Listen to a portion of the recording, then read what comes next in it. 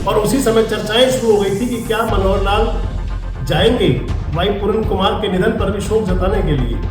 और आज वो दिन आया जबकि पूर्व मुख्यमंत्री मनोहर लाल भाई पूरन कुमार के निधन पर शोक जताने के लिए उनके निवास पर पहुंचे। उनके परिवार को सांत्वना भी दी और उनसे कहा, उनकी पत्नी से कहा कि इस दुख की घड़ी में जो है सरकार पूरी तरह साथ है, पूरी तरह न्याय होगा। वैसे आपको क्या लगता है कि क्या मनोहर लाल का भाई पूरन कुमार के निवास पर जाना डैमेज कंट्रोल की कड़ी थी, और या फिर उनको देर से लगा कि संवेदना प्रकट करने तो वहां भी जाना चाहिए। दोस्तों नमस्कार, मैं संजय बग्गू और मौजूद है देश रोजाना के डिजिटल मीडिया मंच पर। हरियाणा के सीनियर आईपीएस अधिकारी जिनका सुसाइड हो गया था 7 अक्टूबर को, आज उनके सुसाइड को 16 दिन हो चुके हैं और आज उनके निवास पर पहुंचे हरियाणा के पूर्व मुख्यमंत्री और केंद्र सरकार में जो मिनिस्टर हैं मनोहर लाल खट्टर। आज मनोहर लाल पी अमनीत कुमार का जो सरकारी निवास है चंडीगढ़ में, उनके सरकारी निवास पर पहुंचे। वहां पर जा करके पी अमनीत कुमार से मुलाकात की और उनको संवेदना प्रकट की अपनी। इसके साथ ही शोक जताया भाई पूरन कुमार के जो निधन हुआ, उनके दुखद मृत्यु पर पूर्व मुख्यमंत्री मनोहर लाल ने अफसोस भी जाहिर किया। मैं आपको बता दूं कि भाई पूरन कुमार का सुसाइड 7 तारीख को हुआ था, 7 अक्टूबर को। 14 अक्टूबर को परिवार माना था पोस्टमार्टम करवाने के लिए। 15 अक्टूबर को सुबह पोस्टमार्टम हुआ था। 15 अक्टूबर को बाद दोपहर उनका अंतिम संस्कार हुआ था और अब 23 अक्टूबर हो चुका है। देखें तो उनके निधन को 15 दिन से ज़्यादा हो गए, 16 दिन हो चुके हैं आज। लेकिन उनकी जो अंतिम क्रिया हुआ करती हैं, शोक सभा होती हैं, श्रद्धांजलि सभा होती हैं, वो अभी तक नहीं हुई थी। आज वो भी तय हुई। जो 51 मेंबरीय कमेटी है, उस कमेटी ने शोक सभा के लिए 26 अक्टूबर की तारीख भी तय कर दी और अब नाडा साहब के अंदर उनकी शोक सभा होगी। लेकिन बड़ा घटनाक्रम रहा आज पूर्व मुख्यमंत्री मनोहर लाल का भाई पूरन कुमार के निवास पर जाना। मैं आपको बता दूं कि जब भाई पूरन कुमार का सुसाइड हुआ था तो उस समय पूर्व मुख्यमंत्री मनोहर लाल भारत में नहीं थे, विदेश दौरे पर थे।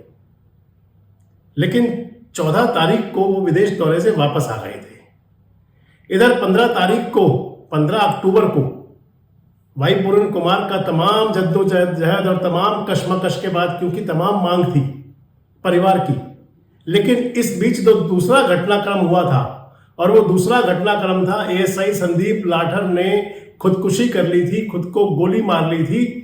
और संदीप लाठर ने आरोप लगाए थे भाई पूरन कुमार पर। यानी कि ये ऐसी प्रतिक्रिया हुई थी उस मामले की कि जिसके बाद भाई पूरन कुमार के परिवार को एक तरह से अगर कह दें कि वो बैकफुट पर था और उन्होंने तुरंत जो भी सरकार की तरफ से हुआ उसे मान लिया।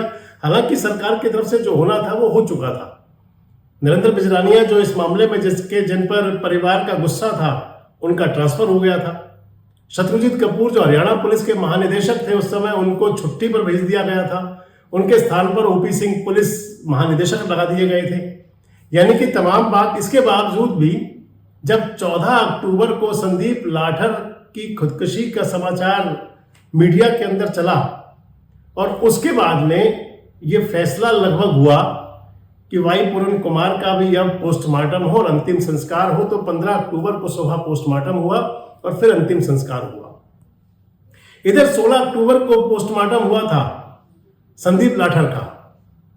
संदीप लाठर के परिवार की भी कई मांग थी, जिसके अंदर महत्वपूर्ण मांग थी कि भाई पूरन कुमार की धर्मपत्नी पी अमनीत आईएएस अधिकारी, उनका विधायक भाई और बाकी जो 2 पुलिस डिपार्टमेंट के लोग थे, उनके खिलाफ एफआईआर करवाने की।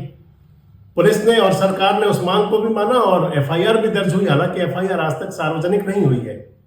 16 अक्टूबर को जब पोस्टमार्टम हुआ था संदीप लाठर का, तो मोर्चरी में पहुंचे थे पूर्व मुख्यमंत्री मनोहर लाल और उसी समय चर्चाएं शुरू हो गई थी कि क्या मनोहर लाल जाएंगे भाई पूरन कुमार के निधन पर भी शोक जताने के लिए। और आज वो दिन आया जबकि पूर्व मुख्यमंत्री मनोहर लाल भाई पूरन कुमार के निधन पर शोक जताने के लिए उनके निवास पर पहुंचे। इसे कह सकते हैं कि एक प्रकार से तो ये डैमेज कंट्रोल के प्रयास भी हैं, क्योंकि हरियाणा के अंदर जो इन 2 सुसाइड के बाद स्थिति बनी थी, चाहे भाई पूरन कुमार का सुसाइड था 7 अक्टूबर को और उनके सुसाइड के ही अंदाज में दूसरा सुसाइड था 14 अक्टूबर को एएसआई संदीप लाठर का, और मामले दोनों एक दूसरे से जुड़े हुए थे।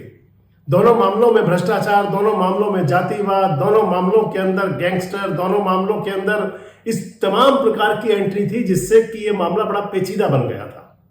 और इस सारे मामले को लेकर के, क्योंकि अब दोनों केसों की जांच एसआईटी कर रही है, लेकिन नजर थी कि कौन किस किरदार में है, कौन क्या रोल अदा कर रहा है। क्योंकि संदीप लाठर के निधन पर उनके मोर्चरी में पहुंचे थे मनोहर लाल, तो मनोहर लाल पर नजर थी कि क्या वाई पूरन के निवास पर जाएंगे। और आज मनोहर लाल पहुंचे वाई पूरन के निवास पर, उनके परिवार को सांत्वना भी दी और उनसे कहा, उनकी पत्नी से कहा कि इस दुख की घड़ी में जो है सरकार पूरी तरह साथ है, पूरी तरह न्याय होगा, और जो भी कोई कहीं जरूरत होगी तो मनोहर लाल जी ने उनको आश्वासन दिया कि हम भी आपके साथ खड़े हुए हैं। इसे कह सकते हैं कि जो मैं आपको बता रहा था, डैमेज कंट्रोल के प्रयास। लेकिन पुलिस डिपार्टमेंट के अंदर जिस प्रकार के अविश्वास की स्थिति आज बनी हुई है, एक दूसरे के प्रति जिस प्रकार का माहौल है, इसको ठीक करने के लिए सरकार को और भी कई कदम उठाने होंगे। ये दोनों मामले तो हो चुके हैं, दोनों मामलों की एसआईटी जांच भी करेगी। जांच के आधार पर जो सामने आएगा उसके लिहाज से कार्रवाई भी होगी। लेकिन बहुत जरूरी है कि पुलिस के अंदर जिस प्रकार का अविश्वास का माहौल है उसको दूर किया जाए। जिस प्रकार की परिस्थितियां बनी हुई हैं, उन परिस्थितियों को भी काबू किया जाना, ठीक किया जाना आज बहुत जरूरी है। वैसे आपको क्या लगता है कि क्या मनोहर लाल का वाई पूरन कुमार के निवास पर जाना डैमेज कंट्रोल की कड़ी थी, और या फिर उनको देर से लगा कि संवेदना प्रकट करने तो वहां भी जाना चाहिए? कमेंट्स बॉक्स में अपनी बात जरूर कहें। जुड़े रहे हमारे साथ, देखते रहें देश रोजाना। हमारे साथ जुड़े रहने के लिए सब्सक्राइब करें देश रोजाना के YouTube चैनल को, और नई वीडियो की नोटिफिकेशन पाने के लिए बेल आइकन जरूर दबाएं। अगर आप ये वीडियो फेसबुक या इंस्टाग्राम पर देख रहे हैं तो पेज को लाइक और फॉलो जरूर करें और ज्यादा से ज्यादा शेयर करें।